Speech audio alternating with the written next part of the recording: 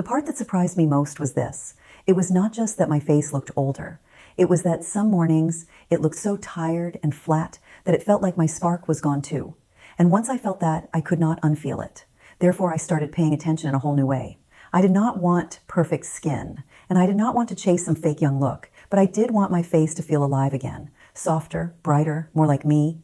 Therefore, what I really wanted was not to look younger. It was to stop feeling that little sadness every time I caught my face in the mirror. I would have good days, and I would think maybe things were getting better, but then the next morning I would catch myself in the wrong light and feel that same ache all over again. Puffy eyes, dull skin, that flat look in my cheeks, that heavy look around my mouth that made my whole face seem more worn out than I felt inside. And that is what started getting to me. Not one wrinkle, not one bad photo, but the way my face could look so different from one day to the next, therefore making me feel like I could not trust what I was seeing anymore. That is when I realized this was not really about beauty.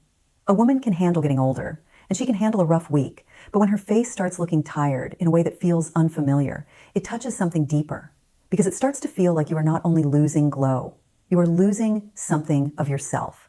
And that is hard to say out loud. Therefore, most women do not say it. They just keep trying harder. Then something clicked for me.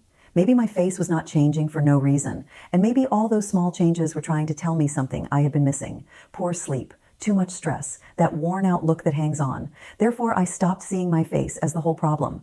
I started seeing it as the place where the deeper problem was showing up first. And as strange as it sounds, that thought made me feel better, because if my face was showing me something deeper, and if deeper things could be cared for, but I'd only been looking at the outside, therefore maybe I was not helpless after all. Maybe my face was not just fading. Maybe it was asking for something different. And that thought gave me the first real hope I had felt in a while.